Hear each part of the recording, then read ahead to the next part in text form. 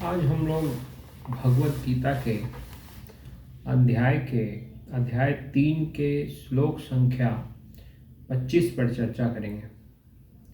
हे भारत, कर्म में आसक्त हुए अज्ञानी जन जिस प्रकार कर्म करते हैं, आसक्ति रहित विद्वान भी लोक संग्रह करना चाहता हुआ उसी प्रकार कर्म करे। यह जो 25वां श्लोक है बहुत ही महत्वपूर्ण श्लोक है। अगर सिर्फ इस श्लोक को समझ लिया जाए, मैं कहता हूं सिर्फ इस श्लोक को समझ लिया जाए तो कर्म कैसे करना है इसका स्पष्ट ज्ञान हो जाएगा। और आगे कहे तो भगवान श्री कृष्ण के कर्मों को समझने की कुंजी जो की कहते हैं वो यही श्लोक है।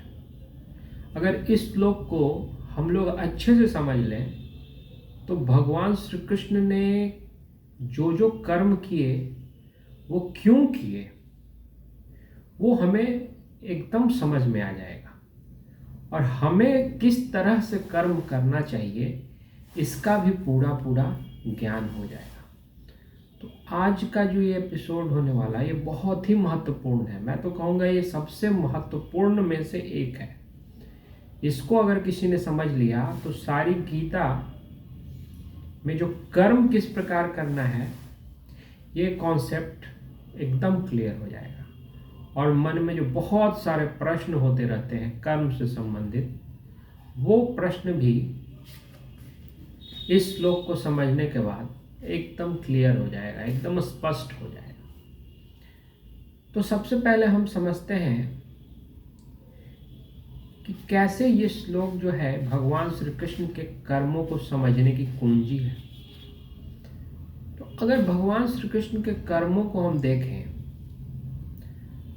तो उनका जो मूल योगदान जो है महाभारत काल में, जो महाभारत के युद्ध में था, महाभारत का युद्ध ही सबसे महत्वपूर्ण क्षण था जिसमें भगवान श्री कृष्ण ने अपना महत्वपूर्ण योगदान दिया। वो सारथी बने रहते हैं, लेकिन वो सिर्फ अर्जुन के सारथी नहीं है, वो पूरे युद्ध की बागडोर अपने हाथों में रखते हैं। पूरा महाभारत का युद्ध उनके इशारों पर चलता है। विजय पराजय मृत्यु सब कुछ उनके हाथ में एक तरह से दिखता है, और इस युद्ध को जीतने के लिए वो कर्म करते हैं जो एक सामान्य व्यक्ति करने में हिचकिचाएगा।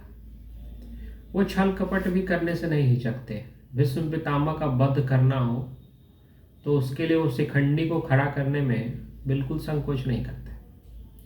द्रोणाचार्य का वध करवाना था तो युधिष्ठिर से भी असत्य बुलवाने का और छल करने का, द्रोणाचार्य के साथ छल करने का भी कार्य किया। उद्देश्य क्या था? द्रोणाचार्य का वध होना चाहिए। महाभारत से पहले भी आप देखेंगे तो जरासंध का जो वध हुआ था उसमें भी भगवान श्री कृष्ण ने छल का सहारा लिया। महाभारत जब समाप्त होने को होता है उस समय दुर्योधन का वध करने के लिए भी छल का सहारा लिया गया, और हर जगह भगवान श्री कृष्ण ही पांडवों को सिखला रहे हैं कि तुम्हें क्या करना है। एक तरह से कहें तो वो छल करना है, इसको न्याय संगत भगवान श्री कृष्ण ही ठहरा रहे हैं। तो ये सारे कर्म अगर कोई सामान्य व्यक्ति देखे तो उसे लगेगा कि जो स्वयं को भगवान कर रहे हैं वो युद्ध में हर जगह छल कर रहे हैं, तो उनको भगवान कैसे माना जाए। लेकिन जब आप इस श्लोक को समझ लेंगे तो आपको सारा कॉन्सेप्ट क्लियर हो जाएगा, सब कुछ स्पष्ट दिखेगा कि भगवान क्यों कर रहे हैं ऐसा, और क्यों ऐसा ही करना न्यायोचित था। तो सबसे पहले भगवान क्या कह रहे हैं? कह रहे हैं कि जिस प्रकार से कर्म में आसक्त हुए लोग, अज्ञानी जन उनको कह रहे हैं, जो कर्म में आसक्त है उनको क्या कह रहे हैं कि अज्ञानी है। तो कर्म में आसक्त अज्ञानी लोग जिस प्रकार कर्म करते हैं, अनासक्त कर्म करने वाले विद्वान को, जो आसक्ति रहित है, मतलब जिसके अंदर कोई भी आसक्ति नहीं है, उसको भी उसी प्रकार कर्म करना चाहिए, लेकिन किस हेतु? लोक संग्रह को चाहते हुए। मतलब एक अज्ञानी पुरुष किसके लिए कार्य करता है? वो सिर्फ स्वयं के लिए करता है, अपने स्वार्थ के लिए करता है। लेकिन भगवान ज्ञानी को क्या कह रहे हैं कि तुम उसी की तरह कार्य करो जैसा एक अज्ञानी कार्य करता है, कर्म में घोर आसक्त होकर अपने फायदे के लिए एकदम लगा रहता है। अब अगर आप महाभारत का युद्ध को ही उदाहरण के रूप में लेंगे तो दुर्योधन को क्या चाहिए? विजय चाहिए। विजय के लिए वो हर कर्म करने को इच्छुक है। उसको राजकुमार बनना है तो उसके लिए वो छल कपट करता है, जुए का सहारा लेता है, पांडवों को वनवास दिलवा देता है। जब आधा आधा हिस्सा राज्य बट गया था तब भी उसके राज्य को हड़पने के लिए जुए का खेल खेला जाता है। तो एक जो कर्म में आसक्त व्यक्ति है उसका आचरण किस प्रकार का है कि हर हाल में किसी भी प्रकार से उसका उद्देश्य पूरा होना चाहिए। दुर्योधन और शकुनी का उद्देश्य क्या था? दुर्योधन राजकुमार बने, पूरा राज्य जो है दुर्योधन के हाथों में आ जाए, पूरा हस्तिनापुर का राज्य दुर्योधन के हाथों में हो। इसके लिए क्या कर रहा है दुर्योधन और शकुनी, जो भी कौरवों की सेना की तरफ के लोग हैं, कौरवों के पक्ष के लोग हैं, वो सब क्या कर रहे हैं? हर वो छल कपट कर रहे हैं जिससे पांडवों के राज्य को हड़पा जा सके। उसमें कोई ये नहीं देख रहा है कि क्या धर्म है क्या अधर्म है। वो हर हद तक जा रहे हैं। छल लो, कपट का सहारा लो, किसी भी प्रकार से अधर्म का सहारा लो, लेकिन उनका क्या है कि उनका उद्देश्य पूरा होना चाहिए और उनका उद्देश्य पूरा भी होता है। वो पांडवों का राज्य जुए में जीत लेते हैं, द्रौपदी का चीरहरण तक हो जाता है, पांडवों को वनवास और अज्ञातवास झेलना पड़ता है। कब तक यह सब होता है? जब तक कृष्ण का पदार्पण नहीं होता है। क्योंकि पांडवों को पता नहीं है कि कर्म किस प्रकार से करना चाहिए, इसलिए पांडव सिर्फ युधिष्ठिर उनकी ओर हैं, लेकिन युधिष्ठिर क्या है? धर्मराज है। वो धर्म के मार्ग पे चलने का हमेशा ज्ञान देते हैं, लेकिन धर्म के मार्ग पे छल कपट नहीं करना चाहिए, ये उनका सिद्धांत है। और इस सिद्धांत की वजह से ही ये सब कुछ हुआ। लेकिन जैसे ही इस परिदृश्य में भगवान श्री कृष्ण का आगमन होता है, सब कुछ बदलने लगता है। जो पांडव तिरस्कृत थे उनकी ओर इतने सारे योद्धा खड़े हो जाते हैं। जिनका युद्ध में जीत पाना अत्यंत मुश्किल था, उसको भी भगवान विजय श्री दिलवाते हैं। कैसे दिलवाते हैं? बस इसी श्लोक को आधार बनाकर वो कहते हैं कि जैसे एक घोर आसक्त व्यक्ति कर्म करता है, दुर्योधन किस प्रकार से कर्म कर रहा है? उसका बस एक ही उद्देश्य है कि उसको राज्य मिल जाए, उसके लिए चाहे जो करना पड़े वो करेगा। तो उसका उद्देश्य क्या है? उसका राज्य मिलना चाहिए। पांडवों के राज्य को वो हड़प लेना चाहता है, तो उसका उद्देश्य है। उस उद्देश्य के लिए चाहे छल करना करे, कपट करना पड़े, हत्या करना पड़े, युद्ध लड़ना पड़े, वो हर चीज के लिए दुर्योधन तैयार है। तो भगवान कहते हैं कि बस उसी की तरह तुम भी हर लिमिट को क्रॉस करने के लिए तैयार रहो, लेकिन तुम्हारा उद्देश्य सही होना चाहिए। तुम्हारा उद्देश्य उसकी तरह नहीं होना चाहिए कि किसी भी कीमत पर राज्य हड़पना है। तुम्हारा उद्देश्य होना चाहिए कि एक अधर्मी व्यक्ति के हाथ में राज्य नहीं जाए, एक अधर्मी व्यक्ति के हाथ में सिंहासन नहीं जाए। धर्म की स्थापना हो, धर्म के लिए जो भी करना पड़े, चाहे छल करना पड़े, चाहे कपट करना पड़े, जो भी करना चाहिए, करना पड़े, लेकिन उद्देश्य एकदम क्लियर होना चाहिए, लोक संग्रह के लिए, मतलब लोक कल्याण के लिए। जिस प्रकार से एक अधर्मी, एक कर्म में आसक्त व्यक्ति अपने उद्देश्य को पूरा करने के लिए किसी भी हद तक जाता है, भगवान करे तुम भी वैसे ही कर्म करो, लेकिन लोक संग्रह के लिए, मतलब लोगों के कल्याण के लिए तुम भी किसी भी हद तक जाने के लिए तैयार हो।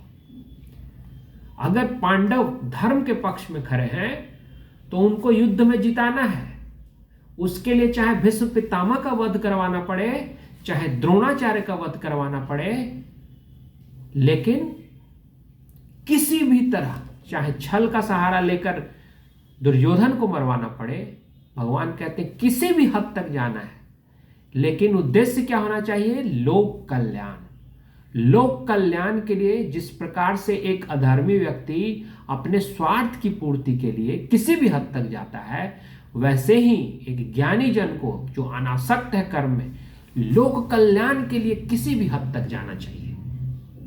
वही भगवान कह रहे हैं कि जिस प्रकार से एक कर्म में आसक्त व्यक्ति, अज्ञानी व्यक्ति कर्म करता है, उसी प्रकार से एक अनासक्त व्यक्ति को लोक संग्रह के लिए कर्म करना चाहिए, एकदम उसी की तरह करना। जैसे तुम किसी भी हद तक जाओगे तो धर्म के पक्ष में खड़ा होकर लोक कल्याण के लिए मैं भी किसी भी हद तक जाऊंगा। और यही भगवान श्री कृष्ण का फॉर्मूला है, और इसी फॉर्मूले की वजह से वो पूरा युद्ध जीत लेते हैं। तो भगवान क्या कह रहे हैं? कर्म में तीव्रता जो है वो दोनों की एक समान होनी चाहिए।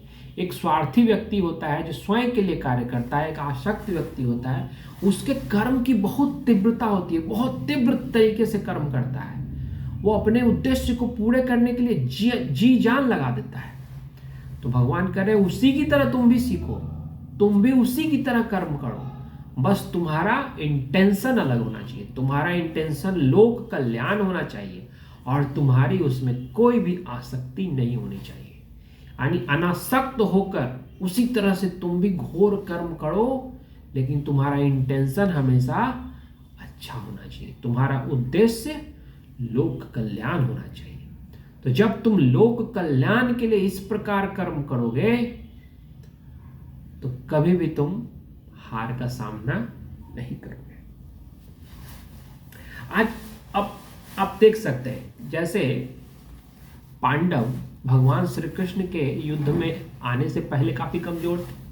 अगर पांडव भगवान श्री कृष्ण की मदद लेते, उनको फॉलो करते, तो ना तो जुए में हारते, न उनका राज्य जाता, न द्रौपदी का चीरहरण होता। दुर्योधन ने क्या किया? अपने तरफ से शकुनी को खेलने के लिए नियुक्त किया।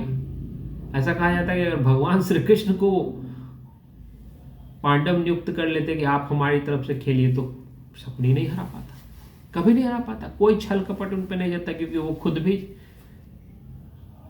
आसक्त लोगों से भी ज्यादा अच्छा छल कर सकते। क्यों? क्योंकि उनका उद्देश्य क्लियर है, वो धर्म के पक्ष में है। धर्म के पक्ष में खड़ा होकर अगर अधर्म भी किया जाए, धर्म का अर्थ यहाँ रिलीजन नहीं है, धर्म का अर्थ है न्याय का पक्ष, जस्टिस का पक्ष, सत्य का पक्ष, जो सच है उसकी तरफ खड़ा होना है, जो कल्याणकारी है लोगों के लिए उसकी तरफ खड़ा होना, इसको धर्म कहा जाता है। धर्म का अर्थ यहाँ पे रिलीजन नहीं है। तो जो भी सत्य के पक्ष में खड़ा होगा, जो भी न्याय के पक्ष में खड़ा होगा, तो उसके लिए कुछ भी करना पड़े वो सब उचित है। भगवान ये करे, तुम्हारा कर्म करने का बस इंटेंशन एक ही होना चाहिए, लोक कल्याण। और लोक कल्याण के इंटेंशन को लेके अनासक्त भाव से तुम उसी तरह कर्म करो जैसे एक आसक्त व्यक्ति घोर कर्म करता है, एकदम जी जान लगा कर कर्म करता है, वैसे तुम भी करो। जैसे वो किसी भी हद को, अपने उद्देश्य को की पूर्ति करने के लिए किसी भी हद तक जा सकता है, तुम भी उसी प्रकार जाओ। तुम भी अपने लोक कल्याण के उद्देश्य की प्राप्ति के लिए किसी भी हद तक जाओ, तो कोई पाप नहीं है। तो भगवान एकदम क्लियर बताते हैं। तो जैसे ही इस सूत्र के साथ भगवान पांडवों के साथ मिलते हैं, तो पांडवों को विजय श्री मिलती है, पांडव जीतते हैं। आज आप देखेंगे ये बहुत प्रश्न आता है कि जो अच्छे लोग हैं उनके साथ बुरा क्यों हो रहा है, जो ईमानदार है वो कमजोर क्यों है।